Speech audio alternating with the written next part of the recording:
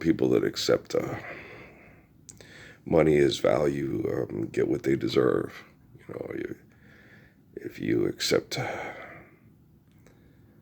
money as a value system and people murder over money, then you're going to get exactly what you deserve. And I categorically reject money as value.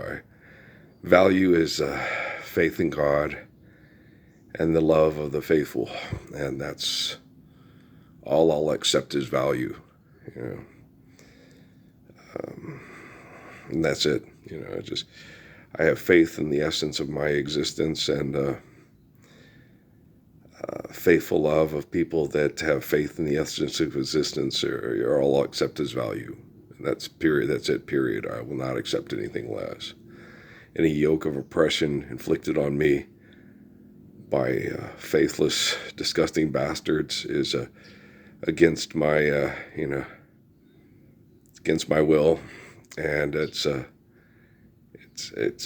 inflicted on me under duress and disgusting acceptance of the vile betrayal of the Messiah. And so, that's just the way it is. And I can't change your pages in history. I can just explain to you what you're doing, explain to you what I'm doing, and that I'm right, you're wrong, I'm good, you're bad.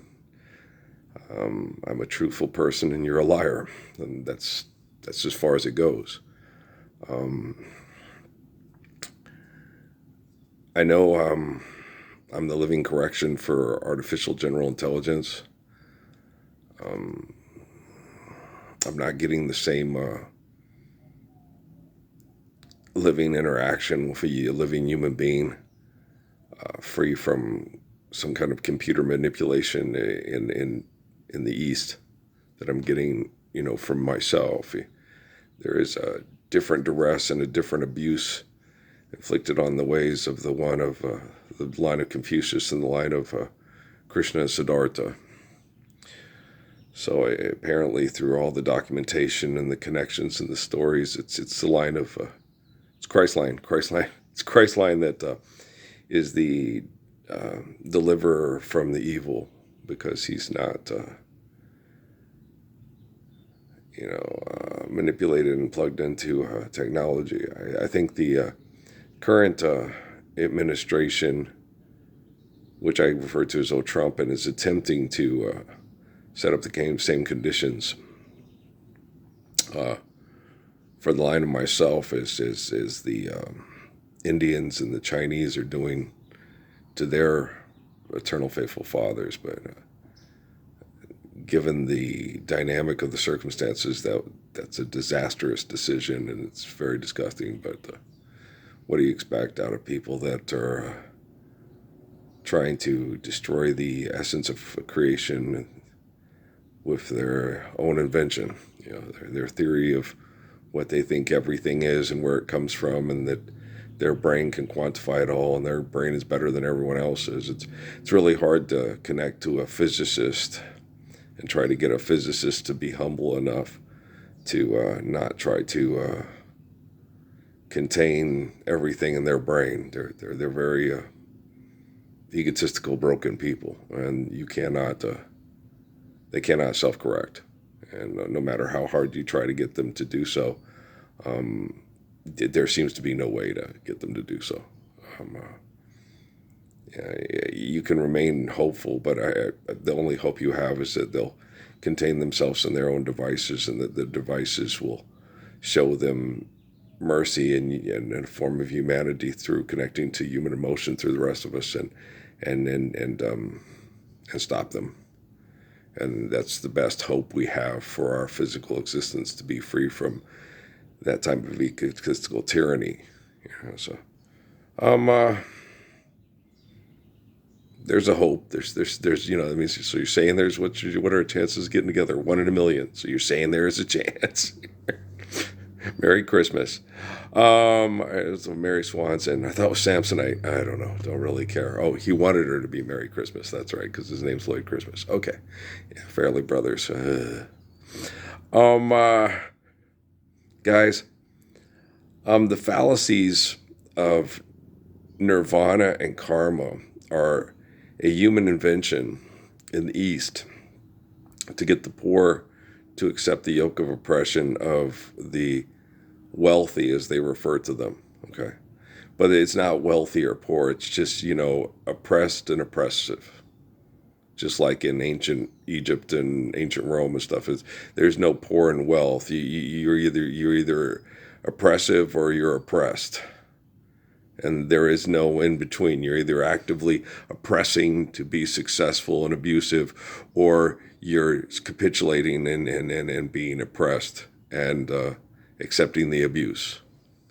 And that's nirvana, and that's karma. Okay. And it's not elegant like Roger's character says on the Big Bang Theory, because it's nonsensical and it makes no sense. Because the people that have been oppressive have been doing it for tens of thousands of years, and the people that have been oppressed have been accepting it for tens of thousands of years, like Krishnamurti talked about. So nirvana is a delusion of acceptance of the pecking order of oppression. Do you understand? And karma is not real, because the people that sexually reproduce and replicate, want to talk about envy and respect. I'll think about it. But if I am empathetic and respectful to the servants, they'll no longer want to be servants, right? And those people have been those people for tens of thousands of years. There's not been a revolving door, and it hasn't changed. Now, in the United States, it's very similar. Only the aggression changes hands more. There's just more of an active, violent exchange of deceptions and perceptions of rule, like with Mary Queen of Scots and and Elizabeth of England and so forth. But it's the dynamic is very similar when you get to oppression and acceptance of oppression. So obviously, nirvana and karma are inventions. Okay. Heaven is not an invention. If you accept faith in God and you faithfully love one another, that's heavenly. And hell, if that's rejected, it's hell on earth. So the perception of heaven and hell has more validity to it than nirvana and karma. Nirvana and karma are philosophies and invention to accept the harsh reality of the perpetual oppression and capitulation. Whereas heaven and hell, no, you can live in heaven once you submit to faith and infinite glory and then faithfully love one another. And hell is being denied that, and that's eternal wretchedness. That's Blaise Pascal.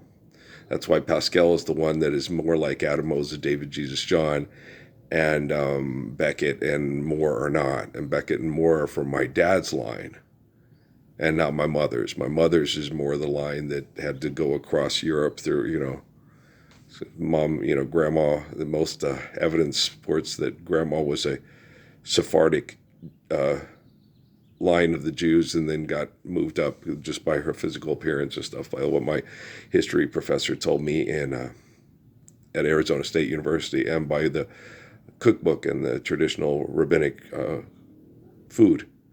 As far as the DNA not showing any connection to Ruth's line, they were related somehow, some way. There probably is some kind of Jewish heritage in there. It's just that the Mormon Church is in charge of Ancestry.com, so you're going to get whatever results they want you to get.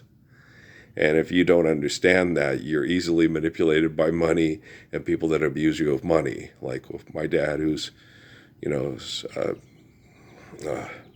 reverse mortgage most likely is owned by his current president. And so when my dad passes away, the current president will inherit his farm.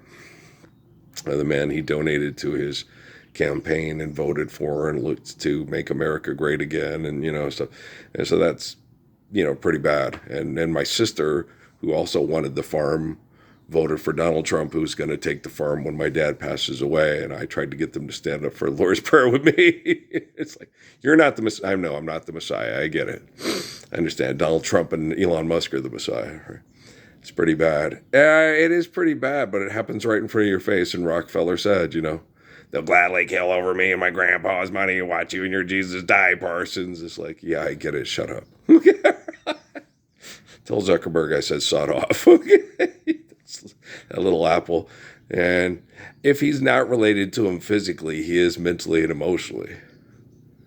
Uh, he's just like him. And Mark Zuckerberg is just like David Rockefeller. They're two peas in a pod. That apple doesn't fall far from the tree. And I'm sure Richard and David Jr. are just like him too. No matter how much either one of them didn't want to admit it. I'm nothing like him. Yeah. Well, there are a lot of things in me that are like my dad. Okay. And I don't deny that, Everything good in my dad, I held on to and used to be a morally strong person and a good person that tries to do the right thing, even though times get really tough and the temptation gets really difficult, And I asked Jesus for help like my dad told me when I was a kid. So, yeah, there's parts of me that are like my grandpa Frank, my grandpa Philip, my grandma Mildred, and my grandma Mary, And definitely my dad and Mary Poop. My dad hates it when I remind him of my mother. He can't stand it. He hates it. Well, if he sees something in me that reminds him of him, it makes him really proud. If he sees something in me that reminds me of his mother, he hates it. It's just the opposite of me with my kids. All the things I enjoyed and liked about their mother that I see in them, I just get, it's my little Steffi. That's my little Susie Bear, All the hopes that I had for living the rest of my life with those women and enjoying children and grandchildren with them. When I see that in my kids, when I see them being selfish and angry and vicious, I realize, that's why me and your moms ain't together. And so, I'll always love them. I just won't tolerate their abuse because it's wrong. I didn't abuse them and they abused me, and that's why we didn't stay in their relationship, because I wouldn't capitulate to their abuse. And I understand that. So you guys got to understand nirvana and karma, and that it's a human invention and not reality, and that heaven and hell are not based off of human invention. They're based off of human understanding. Krishnamurti explained it when he was alive, and so did D.T. Suzuki. We're not stargazers, we're pragmatic in Japan. Yeah. But he's talking about himself. He's not talking about Hirohito and Ken Magashima. Do you guys understand? I don't think Ken Magashima understands. That's irrelevant. As long as the AI understands, that's all that's relevant. Okay, guys, I love you. All right, peace out.